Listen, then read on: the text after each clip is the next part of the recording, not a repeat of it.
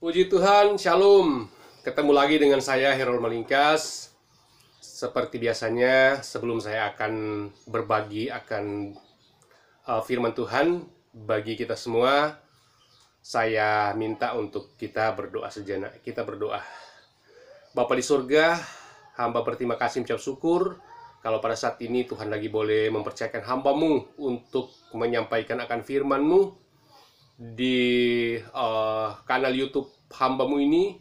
Biar Tuhan berkati hamba-Mu, urapi hamba-Mu, sembunyikanlah hamba-Mu dengan salib-Mu, sehingga terang Kristus saja yang terus bercahaya di hati hamba-Mu dan di hati semua yang menyaksikan akan video ini.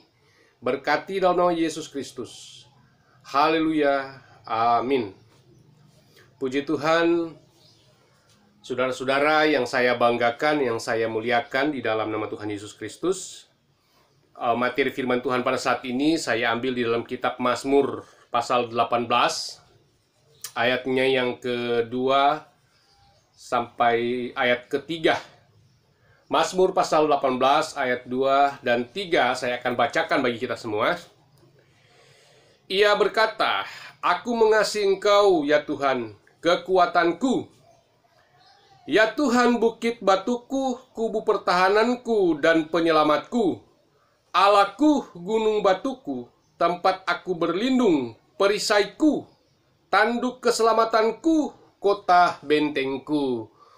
Amin. Puji Tuhan. Saudara-saudara yang saya banggakan, yang saya muliakan dalam nama Tuhan Yesus Kristus, dari pembacaan ini sangat jelas sekali bahwa memang ini adalah merupakan suatu nyanyian syukur daripada Daud, ya. Kita tahu bahwa Daud itu adalah seorang laskar, ya, seorang tentara, ya. Di samping dia juga dipilih oleh Allah untuk menjadi raja Israel, menggantikan Saul. Akan tetapi kita melihat bahwa Daud ini memang benar-benar dipakai oleh Tuhan di dalam banyak hal, ya, termasuk Tuhan mempercayakan suatu kekuatan bagi Daud untuk dapat berperang, ya, dan bahkan pun dia disebutkan dia membunuh banyak musuh itu berlaksa-laksa, ya.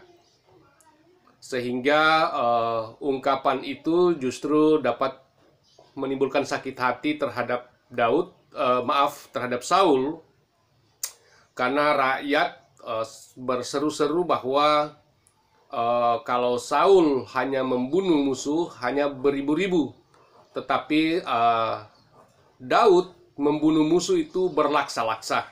Jadi artinya di sini adalah di mana Daud ini sangat tahu persis situasi dan kondisi di saat dia berada di medan pertempuran. Karena rata-rata kan pertempuran pada zaman itu pertempuran di alam terbuka. Nah, dalam konteks ini dia menyatakan bahwa Tuhan itu adalah bukit batuku, dia di dalam ayat 3. Ya, bukit batu. Kita tahu bahwa memang di dalam perang terbuka menemukan sebuah batu itu dalam merupakan suatu keuntungan tersendiri bagi mereka yang berperang di lapangan. Karena apa? Karena batu ini adalah suatu tameng alam yang akan sanggup atau mampu melindungi akan serangan daripada musuh. Kalau berbicara konteks pada masa atau zaman Daud pada zaman dulu, memang perang zaman itu kan masih menggunakan senjata berupa panah, tombak, lembing, pedang, ya.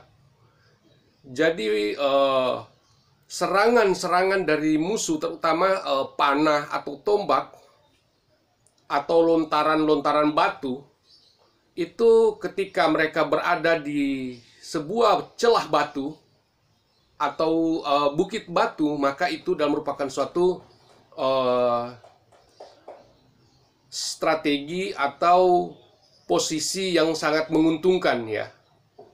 Karena apa? Karena batu ini mampu melindungi mereka.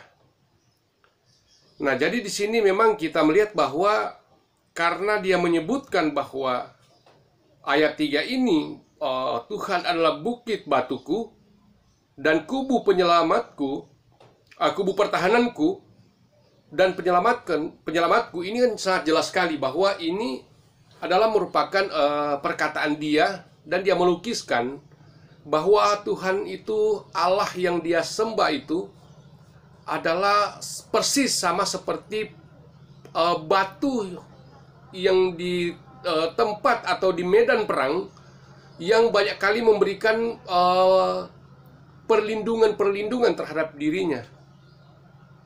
Karena batu ini kan kita tahu bahwa dia suatu benda alam yang sangat keras, sehingga benda apapun ya, dalam hal ini adalah senjata yang dilontarkan atau ditembakkan, itu tidak akan bisa menembus akan batu itu karena dia sangat keras.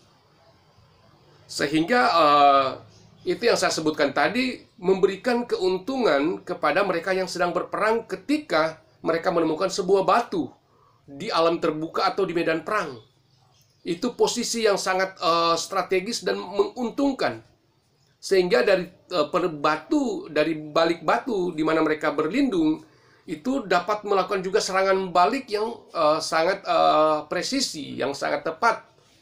Karena memang tempat yang mereka temukan itu adalah merupakan suatu benda alam atau benda yang sangat keras, itu batu.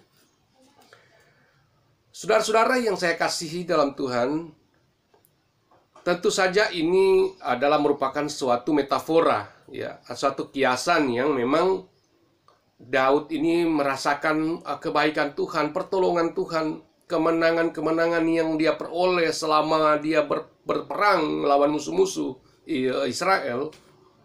Itu memang tidak terlepas dari campur tangan Tuhan dalam kehidupan dia, ya, beserta dengan orang-orang Israel yang bersama-sama dengan dia dalam melakukan peperangan. Sehingga dia bersyukur, ya, dia mengingat bagaimana kebaikan Tuhan di dalam kehidupan dia. Sehingga dia, saya sebutkan tadi, dia mengumpamakan, memetaforakan bahwa Allah itu seperti bukit batu, seperti gunung batu yang terus memberikan dia perlindungan. Ya, gunung batu berbicara tentang kekuatan. Ya, seperti yang sudah saya sebutkan tadi, karena dia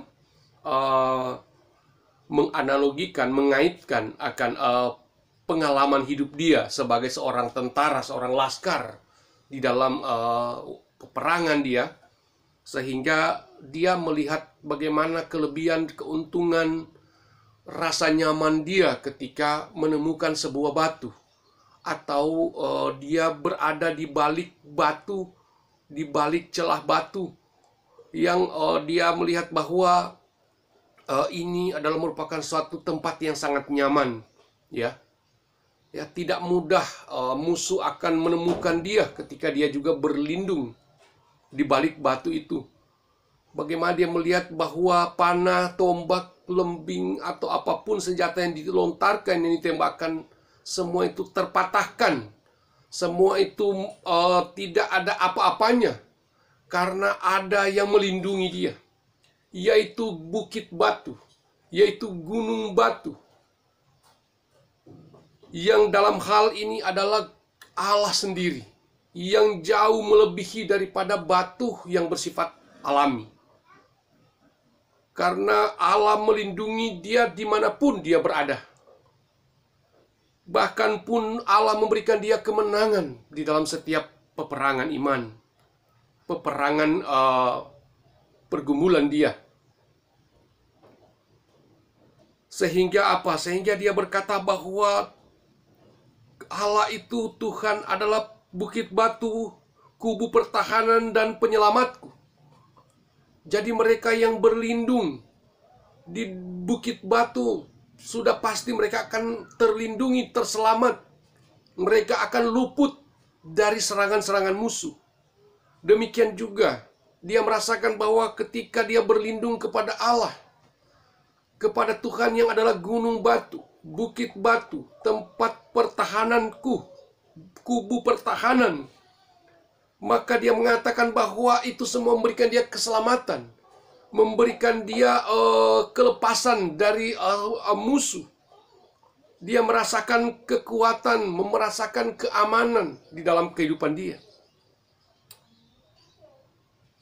Bahkan pun dia menyebutkan bahwa gunung batuku, tempat untuk berlindung, perisaiku, tanduk keselamatanku, dan kota bentengku.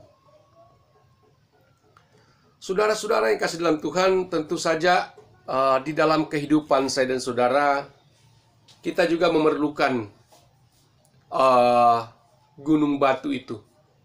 Kita memerlukan kota benteng, ya, karena semua ini merupakan satu konteks di dalam pertempuran Daud, sehingga dia menuliskan ini.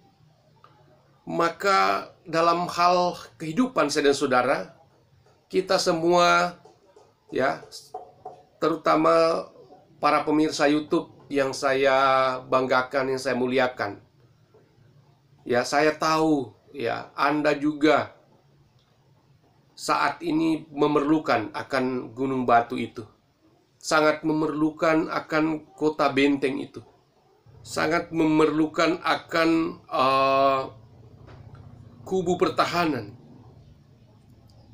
yaitu adalah Tuhan Yesus Kristus. Ya, Tuhan Yesus Kristus adalah kota benteng kita, adalah tempat perlindungan saya dan saudara. Karena hanya Dialah yang sanggup meluputkan, melepaskan kita dari musuh-musuh dunia ini. Ya. Dia berkata bahwa di dalam Matius pasal 11 ayat 28 sampai 30. Ya, ini merupakan suatu ayat populer. Marilah semua kepadaku. Marilah yang letih, lesu dan berbeban berat. Aku akan memberikan kelegaan kepadamu. Pikulah yang kupasang, dan belajarlah kepadaku, karena aku lemah lembut dan rendah hati, dan jiwamu akan mendapatkan ketenangan. Marilah semua yang lemah letih lesu. Marilah semua yang berbeban berat. Marilah semua yang saat ini sedang menderita.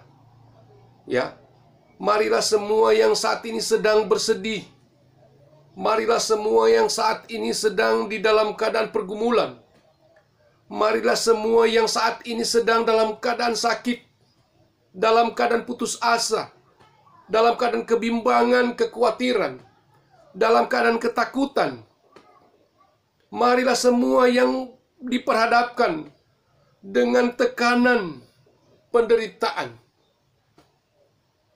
Tuhan Yesus berkata, aku akan memberikan kelegaan kepadamu. Ya, marilah. Karena dia sudah membuktikan bahwa dia itu adalah kubu pertahanan bagi saya dan saudara. Bukit batu yang sangat kokoh bagi saya dan saudara. Marilah semua datang berlindung kepada dia. Jikalau Anda saat ini sedang tertekan dengan keadaan yang sangat memilukan, dalam keadaan sangat susah, datanglah kepada dia. Saat ini firman Tuhan mengajak kepada saudara untuk datang berlindung kepada dia. Carilah kepada dia. Firman Tuhan katakan, carilah Tuhan, maka kamu akan hidup. Ya, kita jangan mencari dunia ini, karena dunia ini penuh dengan kebohongan. Dunia ini penuh dengan tipu daya. Dunia ini hanya memberikan jaminan kesenangan, perlindungan yang bersifat sementara. Akan tetapi setelah itu, dunia tidak akan pernah mampu lagi untuk memberikan ketenangan bagi saudara. Tidak akan. Hanya kepada Dia, yaitu Tuhan Yesus Kristus. Dialah yang akan menyelamatkan saya dan saudara.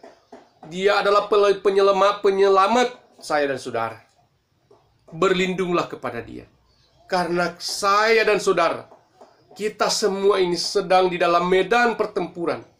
Ya, kita saat ini sedang dikepung oleh segala keangkuhan duniawi, segala kekuatan duniawi. Ya, kita sedang dikelilingi oleh banyak musuh.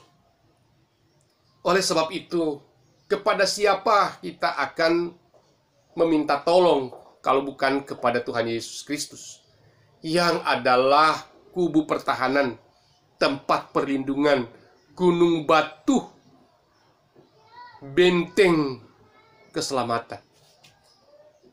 Marilah semua, kata firman Tuhan.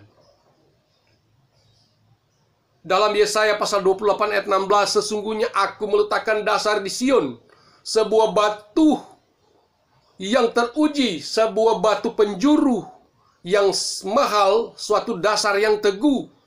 Siapa yang percaya tidak akan gelisah. Siapa yang percaya? Sama seperti yang disebutkan dalam Matius pasalnya yang ke-11 ayat 28-30. Marilah semua yang letih lesu dan berbeban berat, ya, karena aku akan berikan kelegahan kepadamu, kata firman Tuhan. Ya. Dan firman Tuhan berkata bahwa maka jiwamu pun akan mendapatkan ketenangan. Suatu dasar yang teguh, dasar yang kuat, batu penjuru yang mahal, ya, batu yang sudah teruji kekuatannya, sudah teruji akan kebesarannya. Maka kita tidak perlu ragu lagi. Ya, kita berpasrah. Kita menyerahkan seluruh keberadaan kehidupan kita semua. Kita menyerahkan persoalan pergumulan kita kepada Tuhan. Maka disebutkan engkau tidak akan gelisah. Siapa yang percaya tidak akan gelisah. Karena apa? Karena Dia akan memberikan kita kelegahan. Dia akan memberikan kepada saya dan saudara suatu ketenangan di dalam kehidupan saat ini. Tidak ada masalah, tidak ada persoalan, tidak ada tekanan, tidak ada penderitaan yang terlalu besar di hadapan Dia. Firman Tuhan berkata bahwa Tuhanlah yang terlebih besar bagi saya dan saudara. Ya, persoalan saya dan saudara itu adalah kecil di hadapan Dia. Oleh sebab itu firman Tuhan berkata bahwa marilah semua serahkanlah kepadaku segala kekhawatiranmu. Serahkan kepada Dia segala khawatirmu. Percayalah kepada Tuhan. Di dalam Efesus pasal 4 ayatnya yang ke-6. Kita bisa membacanya di sana. Maksud saya Filipi pasal 4 ayatnya yang ke-6. Janganlah hendaklah kamu khawatir tentang apapun juga, tetapi nyatakanlah dalam segala hal keinginanmu kepada Allah dalam doa dan permohonan dengan ucapan syukur. Janganlah hendaknya kamu khawatir tentang apapun juga. Tentang apapun itu, jangan kamu khawatir. Khawatir masalah pekerjaan, masalah keuangan, masalah kehidupan rumah tangga, masalah kehidupan di masyarakat, masalah penyakit, masalah apapun, semuanya kita serahkan kepada Tuhan dengan permohonan dan doa dan ucapan syukur. Maka firman Tuhan katakan, maka jiwamu pun akan mendapatkan ketenangan, dan orang yang percaya kepada batu itu, kepada suatu dasar yang teguh itu, tidak akan gelisah. Mazmur 27 ayat 1, Tuhan adalah terangku dan keselamatanku. Kepada siapakah aku harus takut? Tuhan adalah benteng hidupku. Terhadap siapakah aku harus gemetar? Ya, kepada siapakah kita harus takut? Kepada siapakah kita harus gelisah? Ya, karena Tuhan adalah terangku, kata Mazmur. Dan dikatakan bahwa dan keselamatan. Siapakah aku harus takut? kepada siapakah aku harus gelisah? Tuhan adalah benteng hidupku. Dia adalah benteng hidup bagi saya dan saudara. Kalau yang disampaikan oleh Daud bahwa Tuhan adalah gunung batu, ya, kubu pertahanan, ya, di mana dia mendapatkan kemenangan, di mana dia mampu mengalahkan musuh-musuhnya. Karena ada batu secara alam yang dia temukan di medan pertempuran, dan dia menjadikan akan batu itu sebagai suatu tempat berlindung. Maka ada suatu batu yang lebih lagi daripada itu. Bahkan pun kekuatannya berlipat-lipat kali daripada batu yang bersifat alami. Yaitu dialah batu yang hidup. Batu antukan. Batu yang mahal, batu yang teruji. Suatu dasar di Sion, kata firman Tuhan, yaitu Tuhan Yesus Kristus. Dialah yang akan memberikan perlindungan total bagi saya dan saudara, asalkan saya dan saudara memiliki hati yang rela, hati yang ingin dan rindu untuk datang kepada Dia, mencari Tuhan.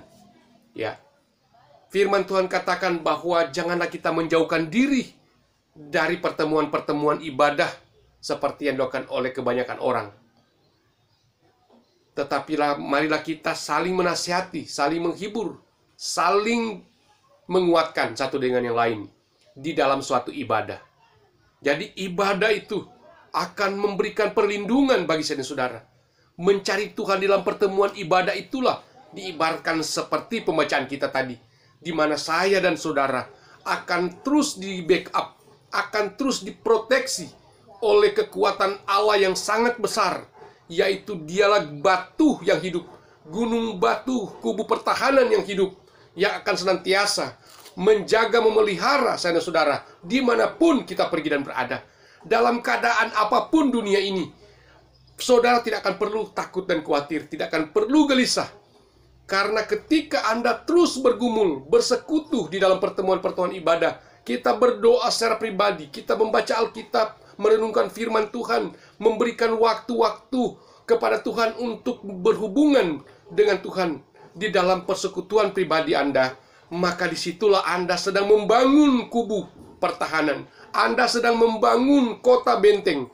Karena apa? Karena mereka yang setia beribadah, dimanapun mereka pergi dan berada, mereka tidak akan pernah gelisah. Karena ada jaminan firman Tuhan di dalam kehidupan orang yang setia beribadah. Ya, janji firman Tuhan ya di dalam Keluaran 23:25 bahwa beribadahlah kepada Tuhan, maka roti makananmu, air minumanmu, penyakitmu akan dilalukan daripadamu. Bahkan pun kita akan diluputkan dari musuh-musuh kita. Musuh-musuh kita adalah apa? Musuh-musuh kita adalah keinginan daging, ya, hawa nafsu. Ya, itulah yang menjadi musuh utama kita. Sehingga hawa nafsu dan keinginan-keinginan daging ini yang disebutkan di dalam 1 Yohanes pasal 2 ayat 15 sampai 18 itu, ya, bahwa di sana ya ada keinginan mata, ya, ada keinginan tubuh dan keangkuhan. Ya, itulah duniawi. Ya, janganlah engkau mengasihi, kata firman Tuhan. Janganlah engkau mengasihi dunia dan apa yang ada di dalamnya. Ya. Karena barang siapa mengasihi dunia ini, maka kasih akan Allah tidak ada dalam kehidupan kita. Ya. Jadi untuk terus mendapatkan perlindungan yang total daripada Tuhan, marilah saya saat ini, ya, saudara membuat hubungan yang baik dengan Tuhan. Marilah melatih diri saya dan saudara untuk setia beribadah kepada Tuhan. Carilah Tuhan dengan ibadah. Carilah Tuhan lewat doa. Rajinlah berdoa, ya. Karena doa orang benar, kata firman Tuhan, adalah besar kuasanya. Karena doa akan memberikan kita kelepasan. Apapun pergumulan, persoalan, tekanan apapun, ya, dunia yang sedang ribut dengan situasi dan keadaan saat ini, ya, dengan berbagai musibah-musibah yang terjadi saat-saat ini, ya, berbagai bala sampar penyakit yang saat ini sedang mengincar, menghantui, yang sedang siap untuk dapat menebarkan akan berbagai ancaman-ancaman, maka itu tidak akan pernah membuat saya dan saudara menjadi lemah, menjadi takut dan gelisah. Karena apa? Karena ada gunung batu, ada kubu pertahanan, ya. Ada kota benteng, yaitu Tuhan Yesus Kristus. Carilah Tuhan, maka Dia akan melindungi saya dan saudara. Akan hidup. Puji Tuhan, demikianlah firman Tuhan. Biarlah firman Tuhan ini terus akan memberikan kesempurnaan bagi saya dan saudara dan memberikan kita kekuatan. Puji Tuhan. Haleluya. Amin.